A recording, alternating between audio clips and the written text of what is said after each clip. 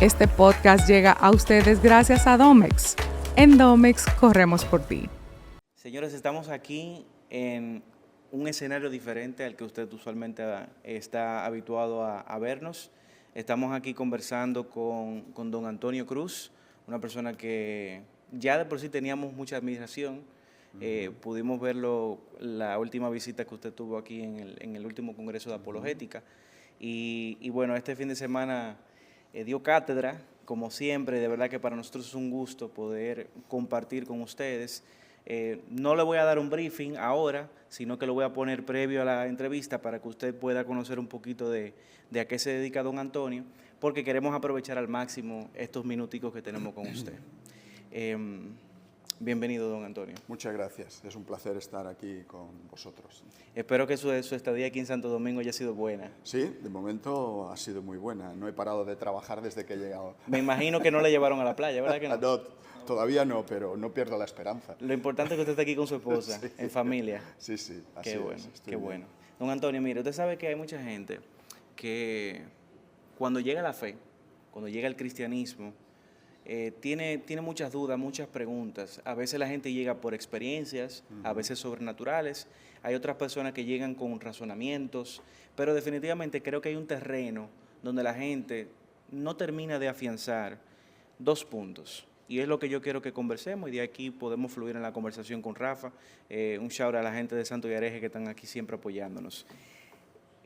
¿Cuál es el fundamento que nosotros tenemos para decir que el cristianismo es la verdad?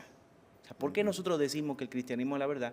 Mucho más partiendo de su área de expertise, que es, vamos a decir que es la ciencia, el área de la ciencia, específicamente en el área de la biología, pero usted tiene un espectro desde el ámbito científico que yo entiendo que trae mucho valor a nuestra fe. Entonces, ¿qué pudiéramos decir? Que ¿por qué nosotros como cristianos pudiéramos decir con tantas opciones, por así decirlo, que el cristianismo es la verdad? Bueno, yo creo que el cristianismo es la verdad porque es algo tremendamente singular. Cuando uno hace un análisis de todas las religiosidades que existen en el mundo, de todas las concepciones, todas las cosmologías que existen, se da cuenta de que en todas las religiones el ser humano se concibe como un esclavo de los dioses, un esclavo de la divinidad. Si tú haces esto, si tú eres bueno, si tú haces obras, te vas a salvar por tus propios méritos. Sin embargo, el cristianismo es todo lo contrario. El cristianismo es que ese Dios que lo ha hecho todo, que lo ha creado todo, se encarna en un ser humano, en Jesucristo, y muere por el hombre. O sea, es todo lo contrario. No hay ningún otro Dios que muera por el ser humano. O sea, un Dios que se solidariza con el dolor, con el sufrimiento, incluso con lo máximo que es la muerte. Jesús muere por el ser humano y no solo se queda en la tumba, como todos los fundadores de religiones, sino que resucita al tercer día. Y eso es fundamental para distinguir el cristianismo de las demás religiones. Y luego el cristianismo dice que solo hay un Dios, pero que ese Dios no está inactivo, es un Dios que ha creado la naturaleza, la creación. Entonces, que la creación está empapada de huellas del Creador. Diseño por todas partes. Precisamente ese ha sido uno de los problemas que actualmente tiene planteada la teoría de la evolución. Siempre en nuestro mundo, en la mayoría de las universidades del mundo, se viene diciendo que la naturaleza se ha creado a sí misma gracias al método de la evolución, y que todo se ha hecho solo y que no hay una trascendencia, que no hay un diseñador, pero eso no explica la realidad. Hace unos años, creo que fue en el 2016, en Londres, hubo una reunión de científicos, genetistas, zoólogos, embriólogos, etcétera, todos especialistas en el tema de la evolución de las especies, todos evolucionistas. Y llegaron a la conclusión de que la teoría de la evolución hoy tiene planteados 5 graves problemas. El primer problema es que el método de la evolución, mutaciones en el ADN más selección natural, no funciona.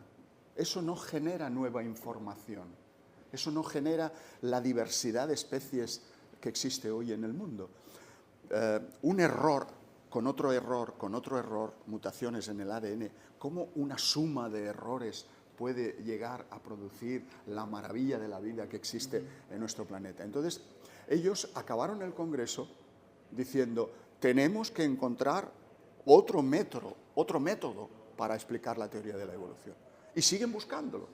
No lo han encontrado todavía. Hay muchas hipótesis, muchas teorías, pero lo que se sabe es que la selección natural y las mutaciones no generan nuevas especies. Sí que existe en la naturaleza, sí que hay selección natural, sí que hay mutaciones, pero lo que hacen es conservar en perfecto estado a las especies. Por ejemplo, pensemos en los leones en África, la sabana africana. La población de leones de un lugar determinado ejerce una presión de selección sobre la población de las cebras, de las gacelas, de los demás herbívoros. Entonces, ¿a qué cebras, a qué herbívoros se comen los leones? ¿A los más rápidos, a los más fuertes, a los más veloces? No, se come a los débiles, a los enfermos, a los ancianos, a las crías recién nacidas que no pueden correr. Y entonces ese efecto de selección de la población de leones sobre la población de cebras es positivo para la población de cebras, porque elimina las taras genéticas, elimina a los débiles, elimina los genes defectuosos, las mutaciones, y mantiene un pool genético óptimo que hace que las cebras no degeneren, sino que sea una población activa, en buen estado. Eso es lo que hace la selección natural. De ahí vemos que la norma muchas veces lo que da es el resultado, un buen resultado, claro, valga la redundancia. Claro, la selección natural está diseñada para favorecer el estatus de las especies, pero lo que no va a hacer la selección natural es convertir una cebra en una jirafa. Claro, claro, perfecto. Cuando hablamos del tema de la selección natural y hablamos un poco del origen, esa cosmovisión, sabemos que viene de ese grupo de científicos que entendieron que la línea era el Big Bang. Yo sé que usted hablaba, por ejemplo, esta mañana en la congregación un poquito de ese tema, y me pareció muy interesante que cada vez más, en la medida que va pasando el tiempo, la ciencia pareciera como que se acerca más a lo que hoy conocemos como la verdad. Y usted hacía un paralelismo entre el pueblo de Israel que evidentemente hace cientos y miles de años ya conocía la verdad, aunque no tenía fundamento científico, mas sin embargo ahora vemos como que la ciencia está avalando lo que la Biblia dice, y cada vez eso es más frecuente. Así es.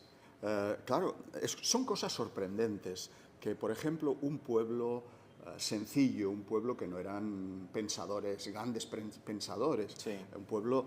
Que no era gente letrada. No era gente letrada, eran pastores, eran agricultores, que tengan esas concepciones ideológicas como que la luna y el sol son simples luminarias, no son divinidades, no son dioses. Eso era algo insólito en aquella época, porque estaban rodeados de culturas que creían que eran dioses. Es decir, no podían copiar de esas culturas. Se les tuvo que ocurrir a ellos o quizá alguien se lo reveló. Ellos no eran tan sabios como para eso.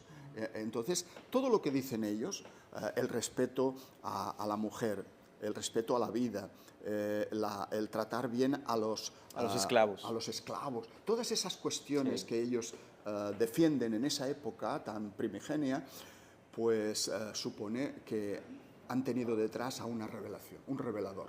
Claro. Alguien se lo reveló. Yo personalmente creo que fue Dios quien se lo manifestó. Sí. Pero ellos ya lo escriben en el libro de Génesis y eso contrasta grandemente. Creo que tenemos que tener más fe para pensar que fue de forma fortuita y que fueron ellos que sacaron esas conclusiones a que realmente fue Dios quien reveló esas cosas.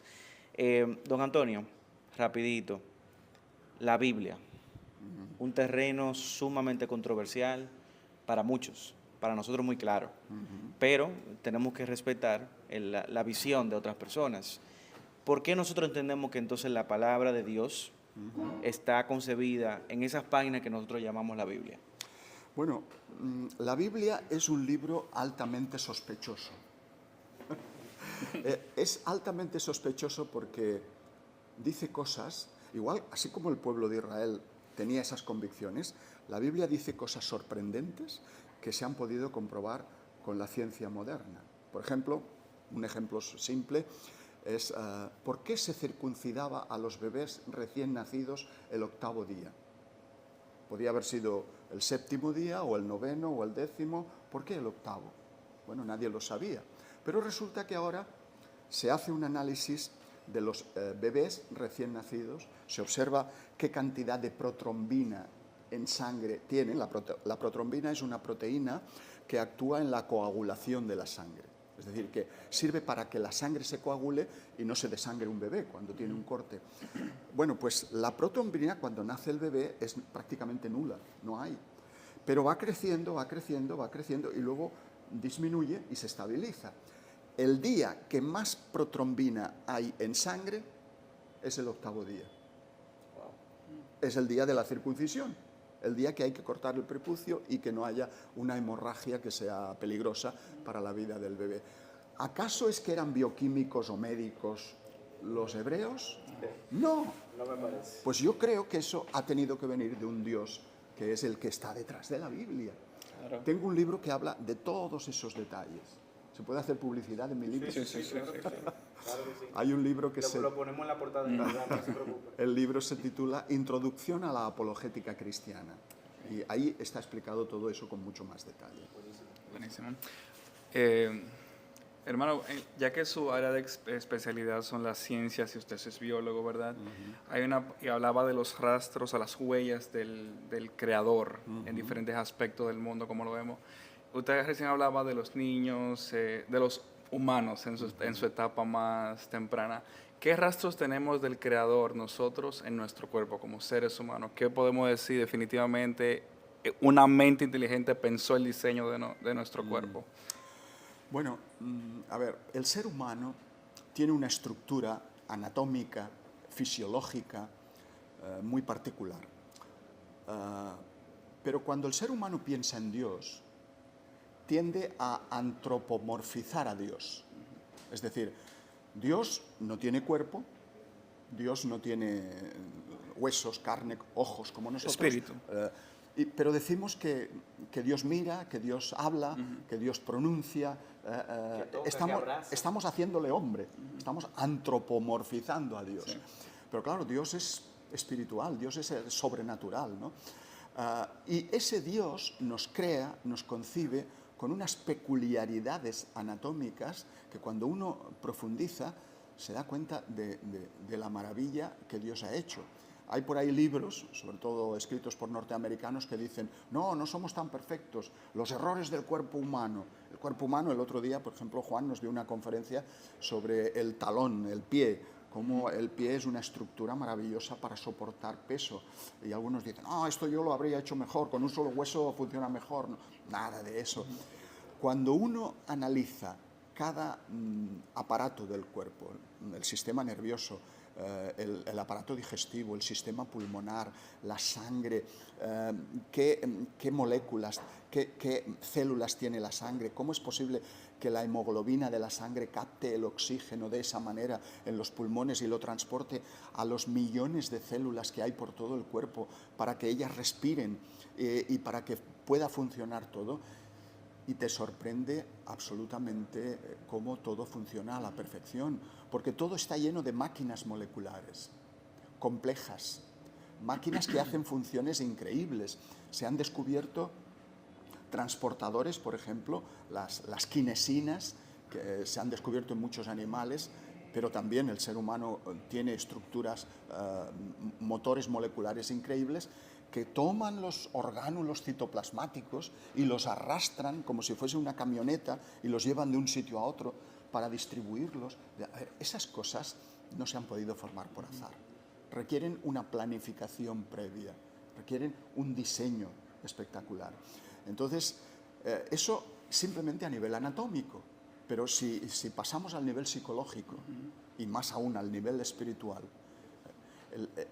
nadie ha podido explicar hasta el día de hoy cómo pudo surgir la conciencia humana por selección natural, por evolución. ¿Qué sentido ¿Qué ventaja tendría para la selección natural que el ser humano se dedicara a hacer matemáticas? Las ecuaciones matemáticas, ¿de qué le sirven a la selección natural? Es decir, hay ahí... El razonar. También. Claro. Entonces, todo eso me lleva a mí, desde el punto de vista de la ciencia, a pensar que detrás del ser humano hay una mente inteligente que lo ha diseñado. Y claro, si lo ha diseñado es porque debe tener un plan para él. Un propósito. Un propósito, ¿verdad? La cuestión en la vida de las personas yo pienso que es, ¿cuál es mi propósito? ¿Por qué estoy yo aquí, en este mundo? ¿Qué quiere Dios de mí? En lo que yo estoy haciendo, ¿lo estoy haciendo bien? ¿Es eso lo que debo hacer? ¿O quizá debería estar en otro lugar? ¿O quizá debería dedicarme a otra cosa? ¿Qué debo estudiar yo en la vida? ¿Qué pretendo? ¿Pretendo hacer dinero? ¿Pretendo formar una familia? ¿Pretendo mejorar la sociedad? ¿O pretendo aprovecharme de los demás? ¿Verdad? Y esas decisiones hay que tomarlas a nivel individual, personalmente. Porque aunque se diga que no se toman, sí se toman. Sí, Cada uno sabe lo que quiere ser. Todos los días tomamos decisiones y bueno, me gustó muchísimo la manera en que concluye ese punto, porque nos permite hacer un cierre un poquito más para hablarle a las personas que nos están escuchando, porque definitivamente el tiempo no nos da para profundizar en todo lo que pudiéramos hablar. Y primero pedirle que si la gente quisiera conocer un poquito más sobre su trabajo, cómo pudiera hacerlo, cómo pudiera de repente adquirir un libro o cómo puede adquirir más información sobre su ministerio. Y en segundo lugar, que pudiéramos cerrar precisamente hablando de propósito, porque definitivamente usted tiene un propósito en el Señor y lo está cumpliendo a mi juicio. Bueno, ya veremos. Bien, quien quiera contactar conmigo y con mis trabajos, yo he publicado más de 1.200 artículos en una web que se llama protestantedigital.com. En protestantedigital.com uno puede entrar ahí y puede bajarse mis artículos gratuitamente. Y bueno, hay de temas generalmente de ciencia de fe, de apologética, ahí verá cuántos libros. Esta mañana se decían que he publicado 17 libros, no, he publicado más de 20. Algunos están ya en la editorial. El último es un libro que estoy trabajando sobre las huellas de Dios en este mundo, cosas que nos demuestran evidentemente que eso lo ha tenido que pensar alguien, de los animales, de las plantas. Y bueno, pues accediendo a Protestante Digital, ahí tienen toda la... Mi propósito en la vida, yo también como cuando era joven, cuando yo tenía 18 años, no sabía muy bien lo que quería hacer. Me dedicaba sobre todo a discutir con mi pastor. El pastor es como que pasa mucho en esa edad, de verdad que sí. Esos 18, bueno, siempre, no son fáciles. Él era creacionista y yo era evolucionista en esa época. Yo estaba en la universidad y lo que me enseñaban era la evolución. Y el pobre hombre lo pasaba muy mal y discutíamos. Pero poco a poco fui madurando y empecé a descubrir que había otras dimensiones, que había otro... Y entonces me di cuenta de que se llega a muchas personas a través de los libros. Un libro es, lo escribes y no sabes dónde va a parar y la influencia que puede tener. Y entonces el Señor me llevó a escribir. Mi primer libro fue Posmodernidad, hablaba en un tema sociológico, cómo está el mundo hoy, y lo publicó Editorial CLIE, y a partir de ahí pues ya, bueno, hasta 20 libros. Uno de los últimos que más me ha gustado escribir es el Diccionario Enciclopédico de Animales y Plantas de la Biblia, porque ese libro tiene más de 1000 páginas y la mayoría de las fotografías las hice yo in situ, en mis viajes a Tierra Santa, Israel, Egipto, y ahí aparece cada animal y cada planta que se menciona en la Biblia, hago una descripción enciclopédica de él. Buenísimo. Y hay cosas que te sorprenden. Por ejemplo, la Biblia tiene un versículo que dice, refiriéndose a los conejos, pueblo nada esforzado y sin embargo hacen su casa en la roca. Yo pensé, eso no puede ser. Los conejos no hacen su casa en la roca, hacen su casa en las madrigueras, en el suelo, en la tierra blanda. Y es que no se está refiriendo al conejo. Cuando uno analiza la palabra hebrea shafán, shafán significa damán. Y el damán es un animal que solo vive en Israel y en África, pero que no está en Europa. Por lo tanto, los traductores europeos de la Biblia, cuando se encontraban shafán, ponían conejo. No, en Israel no había conejos. Había liebres, la liebre del cabo y tal, pero conejos no había. Eran damanes. Yo he conseguido, gracias al Señor, fotografiar damanes subidos a los árboles en el desierto de Judea, porque son animales muy dóciles. Y todavía hoy, viajando ahí, se puede ver el damán. Claro, es un animal que no es kosher, es un animal que es impuro y eso le ha servido para subsistir. Nadie se lo ha cazado, ¿no? Pero hay cositas como esa en la Biblia que son muy interesantes de saber. Bueno, don Antonio, de verdad que pudiéramos hablar horas. Siento como que me pudiera sentar aquí con usted debajo de una mata de mango. No sé si en España hay mango, pero debajo de una mata de mango conversando y sacar mucho provecho a conversaciones interesantísimas. Pero si usted pudiera dejarle unas últimas palabras, pensando en nuestra audiencia de Vivir con Fe, mucha gente que viene de diferentes ámbitos y que tiene encuentros con el Señor, como nosotros decimos en ese lema, no podemos callar lo que hemos experimentado y hemos vivido con Dios, y muchas veces eso es lo que nos termina uniendo. Todavía no tenemos todas las respuestas, pero sé que hay muchas personas que lo están escuchando y pueden ver en usted una persona con credibilidad de lo que está diciendo, con criterio de lo que está diciendo, y creo que eso puede alimentar la fe de muchos. Yo creo que los jóvenes, sobre todo que empiezan a vivir, deberían preguntarse si realmente ellos creen en Dios o están en proceso de creer en Dios y de aceptar a Jesucristo como Hijo de Dios. ¿Cómo puedo yo alabar a ese Dios que me ha creado? Es decir, yo sé que yo tengo un propósito en la vida y voy a intentar descubrir ese propósito, pero el principal propósito de nuestra vida es alabar a Dios, alabar al Creador. ¿Cómo puedo hacerlo con mi trabajo, con mi profesión, o con el ocio, con el tiempo que dedico?